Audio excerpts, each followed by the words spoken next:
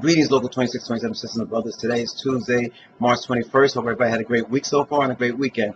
Anyway, let me talk to you about a couple of things right quick. The first thing I want to talk to you about the School Computer Service Tech Specialist exam that's coming up on April 5th, and the following period is from April 5th to April 25th.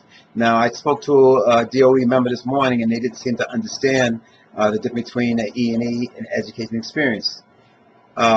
E&E is education experience. There is no question and answer exam for this test.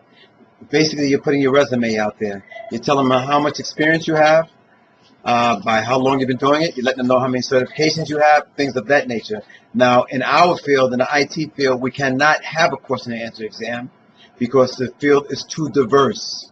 So they cannot make an exam that everybody can pass. I mean, you got people that's doing telecom, you have people that's doing web pages, you have people that's doing programming software, I mean, Cisco, Oracle, I mean, the list just goes on and on. You cannot make one exam that everybody passes.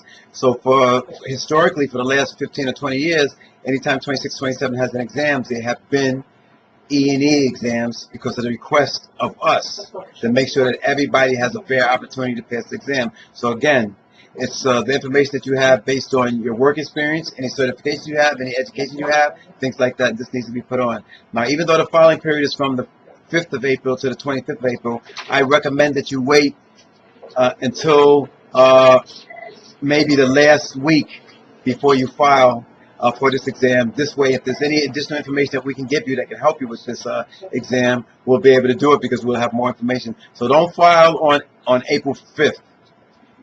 Give it a week or so before you file in case we have any information on, and that also gives you time to ask us any information, because once you file for it, you're done, right? So just keep that in mind. Now, the next thing I want to talk to you about, there were people who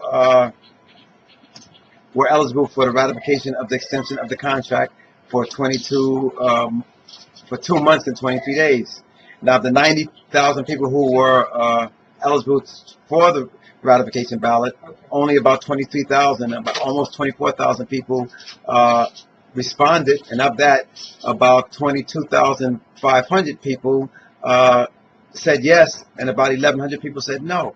Now, I don't understand. Now, I'm not implying that these people that said no came from 2627 at all, but I'm just saying the mentality of DC 37 members. The extension of this contract for 2 months and 23 days would put at least $25 million into our coffers for as far as going to having money for our prescription drug program. The prescription drug program was estimated would go bankrupt by August of next year, less than 18 months from now. So this extension of 2 months and 23 days allows the city to put money in for each one of our members. It costs us absolutely nothing. Absolutely nothing. So to vote no when you have children or you have a spouse or something like that, or you have dependents who could possibly need some type of medication, and you're going to say no, you don't want to extend it just to go bankrupt, I don't understand the logic behind that. So when we explain it to you, if you have any questions about things like this in the future, please call us, because you're doing yourself a disservice. And since I'm speaking about that, let me speak about this Constitutional Convention that's coming up on the ballots in November. Now, this is the ballots that's going to have the mayor and the city council and other people, but one of the questions going to have about, do you say yay or nay, yes or no, to have the Constitutional Convention. The Constitutional Convention gives the governor and his legislators an opportunity to modify civil service and modify your pension. Now, we don't want anybody modifying our civil service, and we definitely don't want anybody modifying our pension. They want that pension money. The nicest pension alone is worth about $60 billion. And they would like to have their hands on that money. Now, will they go in there and take part of that money from us? If they can, they will. They will find a different way to divvy it up. Right now, we have a defined pension. A certain amount of years and a certain percentage of your salary, depending on how many years you have. So it's your salary and how many years you have, period. We don't want people putting little extra stuff, extra caveats on it to give them an excuse that they have to go in there and mess with our money. If you don't say no to the Constitutional Convention, you're doing yourself a big disservice. A big disservice. You're going to probably live 20 or 30 years after you retire, and you need your pension. And have people come in and say, well, we're going to divvy up your pension, you're going to dilute it. It's nonsense. Again, You need to vote no on the Constitutional Convention when that item, you see that item on the ballot in November. I will remind you every week. You need to say no. Good welfare this week.